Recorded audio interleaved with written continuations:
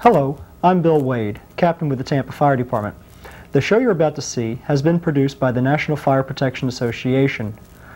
The goal of this show is to increase your awareness of fire safety in the home. Please stay tuned after this show as we'll have a studio interview with a member of the Tampa Fire Marshal's office.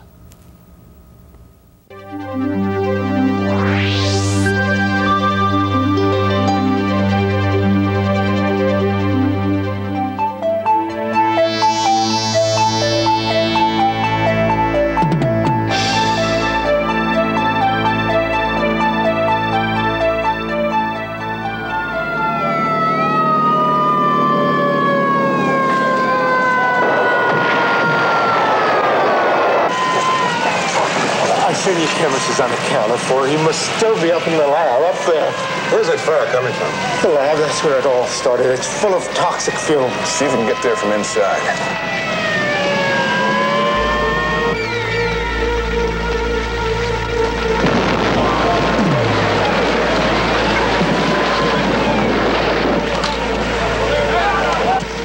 Television and movies affect the way we think about fire.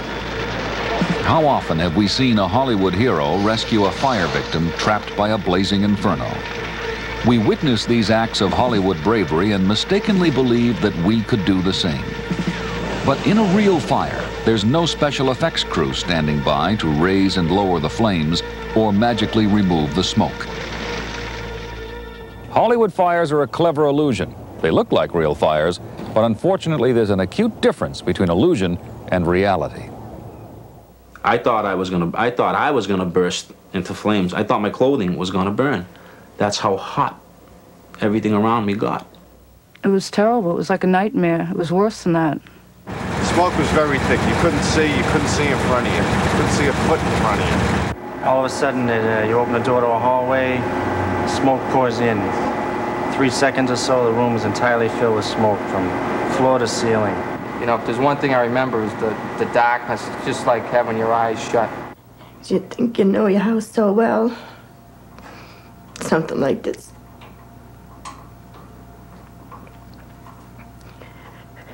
Something happens. I don't know what it is, whether it was smoke or what. We couldn't find a way to get out of the house. As each second went by and as we realized that we hadn't gotten to that man or to his wife, the two of them were on the third floor of this building, as each second ticked by, you just knew that they weren't going to live. It was the most frightening thing I've ever been through.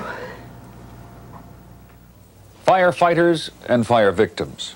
They know the difference between illusion and reality. They know what's missing from the Hollywood fire. It's dense smoke, toxic gases, and incredible heat. Those of us who have not experienced fire think of it in controlled situations. A fireplace, a gas stove, a barbecue, a pile of leaves. But an uncontrolled fire, that is something quite different. These are the charred remains, the final product of a brutal enemy called fire. This was once someone's bedroom. Now all that's left is blackened rubble. A few barely recognizable possessions, like this television set.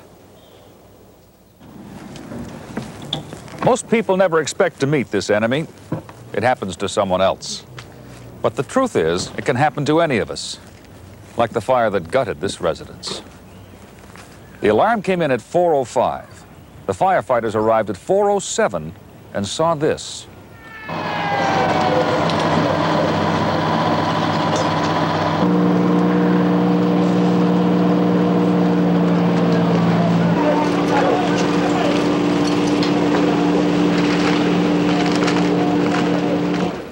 Firefighters call the type of fire that destroyed this house a structural fire, a rather dispassionate description of a most deadly occurrence. A fire in a building is relentless. It destroys, injures, and kills, spurred on by dynamic forces that most people don't know about or understand. What happened to the people who lived here? Our news footage tells their story. 2 people were trapped when this home burned. Although the flames never reached them, the heat and toxic smoke did. Firefighters discovered them unconscious and carried them outside to safety. They were rushed to nearby hospitals where they were listed in critical condition. In the United States, fire is one of the leading causes of accidental death, claiming approximately 6,000 lives and causing over 30,000 injuries annually. What's more, over 900,000 homes, businesses, and other occupied buildings are involved each year in fires.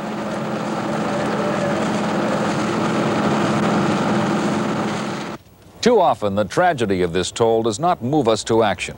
We must begin now to understand the real dangers, the actual behavior, the invisible perils of a structural fire, how it grows, how it spreads, and why it is so deadly, before we too become victims of this brutal enemy. Through the use of animation, we can show how a fire behaves. Let's start with smoke, the most common cause of death in home fires. Large volumes of smoke are often generated well before the flames and heat of a fire are of any real danger. What few of us understand is that the majority of fire victims do not succumb to flames. They don't burn to death. They die from smoke inhalation.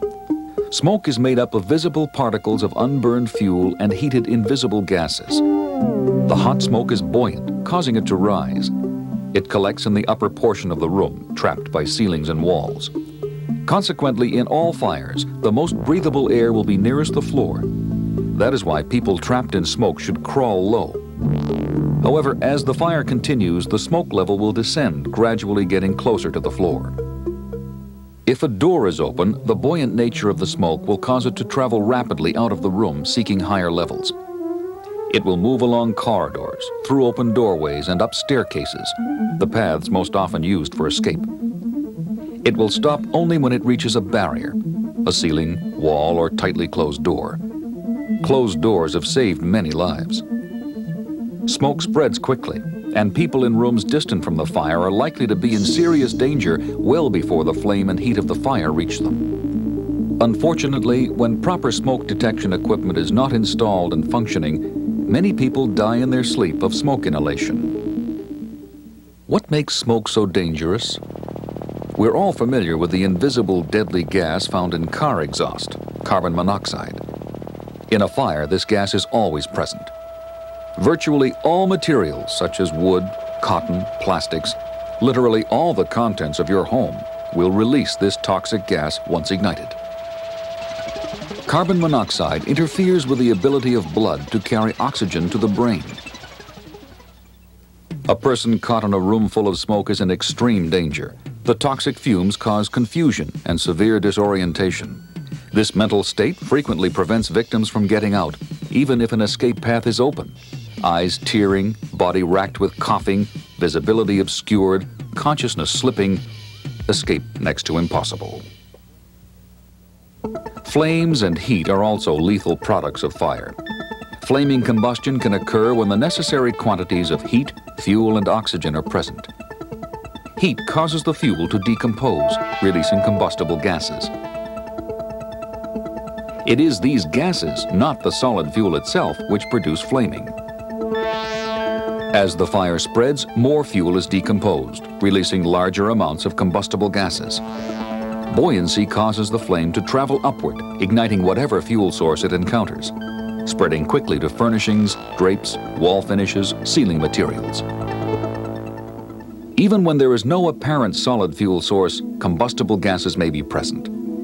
And so, like smoke, flames travel along hallways, upstairs, to distant rooms, far from the fire's point of origin. We have seen how fire behaves. Now, let's watch what happens when a real chair begins to burn. Note that our chair is in a room surrounded by typical bedroom furnishings: a bed, pillow, bedspread, dresser, wall hangings, draperies, and carpeting. Although this room has been constructed in a test facility, all its contents were purchased at consumer outlets. Their response to fire is similar to the furnishings in your home. An electric coil, acting like a carelessly dropped cigarette, is heating this upholstered cushion, causing smoldering. Smoldering is slow combustion, taking place on the fuel surface. Smoke is present without flame. Smoldering can sometimes go on for hours before developing into flaming combustion. Although smoke develops slowly in this phase, given enough time, it can fill a structure and kill occupants before any significant flaming is present. The fire is now progressing into the flame-producing stage. Flaming combustion can only occur when the necessary quantities of heat, fuel, and oxygen are present. Right now, we have a small flame. It is rapidly progressing into a substantial fire. As we noted earlier, the heat from the fire is producing combustible and toxic gases from the burning chair. A smoke detector has been placed just outside the room. The fire has now given off enough smoke to activate the alarm, telling occupants to make an immediate escape. The buoyant nature of the gases released from the burning chair causes the flame to spread upward. Heat from the rising flames quickly ignites the draperies en route to the ceiling. The temperature at the ceiling above the chair is now 570 degrees Fahrenheit, 300 degrees Celsius. If a residential sprinkler had been placed 8 feet diagonally from the corner, it would now activate, sounding an alarm and discharging water. Fire damage would be confined to the chair and curtains. The buildup of smoke and its toxic gases has now thickened into a hot, dense cloud in only 70 seconds since the first appearance of flame. This mushrooming cloud of hot, thick smoke and gas begins to act like a space heater, radiating heat downward. The paint and wall finishes, the furniture, paper, fabric, wood, and plastics in the room are beginning to decompose from the blistering heat. And as they decompose, they contribute to the buildup of toxic and flammable gases. The smoke level continues to descend and is now 4 feet above the floor. The temperature at the floor has reached 212 degrees Fahrenheit, the boiling point of water. The huge quantities of smoke have now almost filled the room. The flow of hot air and radiant heat from the layer of smoke have combined to raise the temperature of everything in the room. The carpeting and other furnishings are now so hot that they are ready to burst into flame. And then, flashover. Every flammable object in the room has almost instantaneously ignited. The combustible gases from the decomposing furniture are being consumed by fire.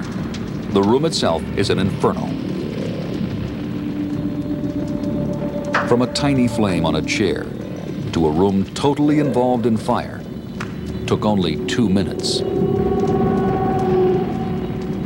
Carbon monoxide and other toxic fumes are now being generated in tremendous quantities. The temperature inside the room is 1,400 degrees Fahrenheit, 760 degrees Celsius.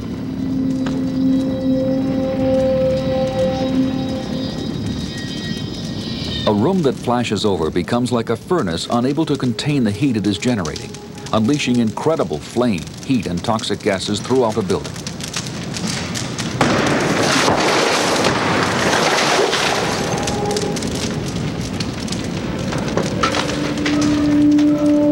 You are among the few who have seen this phenomenon and lived to tell about it. What happened? Let's look again through the lens of a slow-motion camera. The fire, confined to the chair at first, traveled upward, igniting everything flammable in its path. Meanwhile, the smoke and its toxic gases collected at the ceiling and descended, eventually filling the room and severely obscuring visibility. This hot cloud of gas and smoke radiated its heat to the walls and furnishings, causing them to decompose and release even more combustible and toxic gas. The hot air and radiant heat raised the temperature of everything in the room. The bedspread, the pillow, the bed, the carpeting have all burst into flames.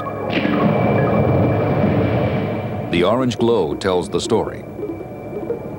Flashover has occurred.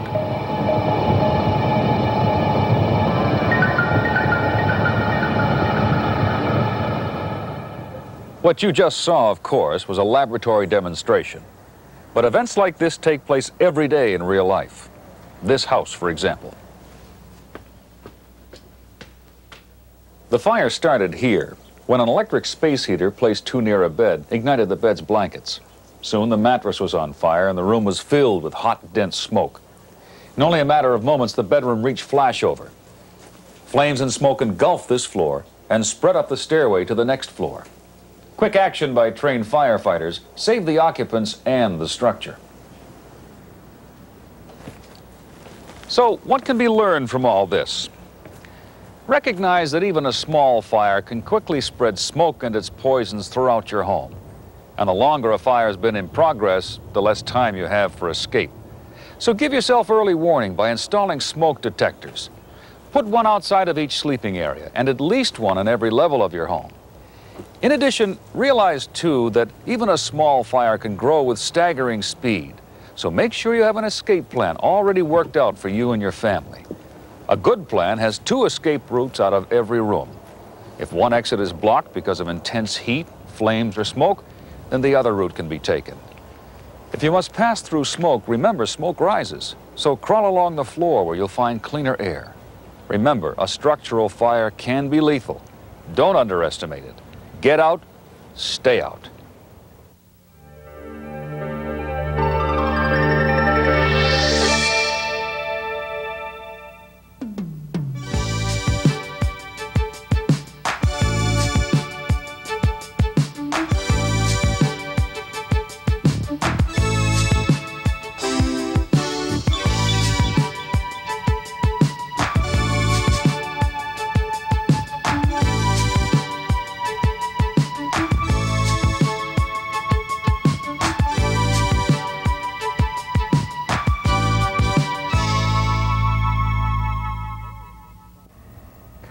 Hello and welcome back. Once again, I'm Bill Wade, Captain with Tampa Fire Department. And with me today in the studio is Mr. Jack Chastain, Supervisor of Inspections with the Tampa Fire Marshal's Office. Thank you for joining us today, Mr. Chastain. Thank you for having me. It's a pleasure to be here. Jack, the video we just saw talked about the problems of residential fires, fires in the home. Are home fires a major concern? Yes, they are, Captain Wade. About 91% of all the fires that we respond to here in the city of Tampa are residential structural fires. And unfortunately, many of these fires could have been prevented if the people would have followed a good home fire safety plan. Another tragedy is many people die in a home fire, and this tragedy could have been prevented also. Well, with this information that we have now about residential fires, what is the best defense that the citizens can take to protect themselves should a fire start in their homes? Captain Wade, the smoke detector still stands alone as the #1 defense against home fire fatalities. Why is the smoke detector the best defense? Aren't there some other options? Why a smoke detector? As we saw in the film, fires produce carbon monoxide gas. It is a clear, odorless gas, and most people still think that a fire, they will smell the smoke, wake up, and get out of their house. Unfortunately, this is not true. Most of the time we find the people deep asleep and the flames have never even reached them, and they die in the fire from the carbon monoxide poisoning. So the smoke detector is going to be their best defense against personal injury or death from the fire. Okay, we've hopefully convinced the people of that. Now, where can they go to get a smoke detector? And about how much is it going to cost them for a smoke detector? Smoke detectors are available in any large department stores or home supply warehouses. The cost of the smoke detector is usually anywhere from $5 to $10, and it's well worth the price of your life or a family member. All right. They've gone to the department store, they've purchased the smoke detector, they've gotten it home. Where are they supposed to put it up? How are they supposed to know where in their home the best place is going to be to put up this smoke detector? Most smoke detectors, when you purchase them, come with some instructions that show you the proper placement of the detector in the home. Also, it's very important to remember that you should have a smoke detector on every level of your house. All right, so they've gotten the smoke detectors, they've put it up according to the directions in the box or on the back of the box. And now, is there anything else they need to do to the smoke detector? Any maintenance that needs to be done? Absolutely. The smoke detector should be tested at least once a month, and also once a year the battery should be changed. We are getting ready to participate in a national program known as Change Your Clock, Change Your Battery. And the Tampa Fire Department will be offering free of charge batteries for smoke detectors to the public. All right. Now, they're not safe yet. The smoke detector goes off. It's the middle of the night. What are they supposed to do? What is our citizens supposed to do if the smoke detector goes off? If your smoke detector goes off in the middle of the night, the first reaction most people have is to jump up out of bed and run down the hall to see what set off the smoke detector. Again, as we saw in the film, fire, heat, and smoke are going to rise to the ceiling. So if you jump up out of bed, where is your head going to be? It's going to be right up in the hot fire gases. And with the carbon monoxide, 1 or 2 breaths of this superheated, toxic atmosphere can render you unconscious. So what people should practice and learn how to do is when the smoke detector sounds, roll out of the bed, drop down to the floor, and then crawl low out of the house to safety. Now, Jack, it's been our experience that people sometimes, okay, they roll out of bed, and you've mentioned this somewhat, but I want to pull this back out again. They roll out of bed, and then sometimes, especially children, they tend not to leave the house. They tend to crawl into closets, crawl up underneath the bed, or even in the bathtub to try to get away from the smoke or the flames or whatever set off the smoke detector. Once again, where should they go once they roll out of bed, the smoke detector is going off? Everyone should have a good home fire escape plan and practice this plan with your entire family, especially small children. Teach them 2 ways out of every room in the house, either crawling low down the hallway, or if they have to, it may be necessary for them to go out of the bedroom window. The bedroom window, according to the building code, is designed for escape purposes. All right, so they're going to go out the bedroom window, but you know, there's a lot of glass in there, and sometimes the window's a little hard to open. How am I going to get out my bedroom window if, let's say, it's even sealed because of burglary considerations or something like that? During a fire emergency, you have to realize that even though it may be glass, there may be a window, some may even be on the 2nd floor. Getting cut by the glass or falling out of the 2nd floor, you may break your arm or break a leg, but the fire absolutely is going to kill you. So to get out of the bedroom window may be your only choice.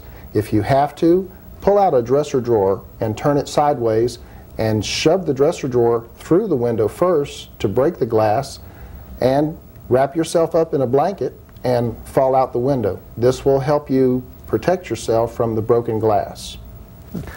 Another concern, or another situation I should say, that we've seen is a couple of the family members get out and they're wondering where little Johnny is, or did Mom get out? How can the people avoid this problem of knowing that not everybody's out? They want to make sure everybody's out, and sometimes it's even forced people to go back into a building that's on fire to look for little Johnny or little Janie, when little Johnny or little Janie are just in the backyard looking for Mom and Dad. Again, when you develop and practice your home fire safety plan, a designated meeting place is very important, either out front by the mailbox or by the driveway, someplace where all the family members can assemble and you can count heads. Once everyone is out and you've counted heads, stay together and don't wander around, because the fireman or some other family member quite possibly would be looking for you. So have a designated meeting place and stay together. All right, Jack, we're coming towards the end of our time that we have allotted here. Is there any place that the people can write to or call to get more information about home fire safety or smoke detectors or any information along this line? Absolutely, Captain Wade. The City of Tampa Fire Marshal's Office is available to assist citizens either in planning for a home fire safety plan or having the proper placement of their smoke detector. If you will call us at 227-7000, we will be glad to assist you. Okay, and also they can write and get a home fire safety checklist, you said? That's true. We have many pamphlets on smoke detectors, home fire escape plans, and also on fire extinguishers, which we haven't talked about, but maybe we can talk about in a future program. All right, very good. Well, Jack, I want to thank you very much for joining us here today and giving us this information about home fire safety. For those of you who maybe missed the address that we had up there or the phone numbers, we'll be rolling those addresses and phone numbers back up in these final credits. Hopefully we've increased your awareness of home fire safety and what you can do to lessen your chance of injury or death should a fire begin in your home. Thank you, and good day.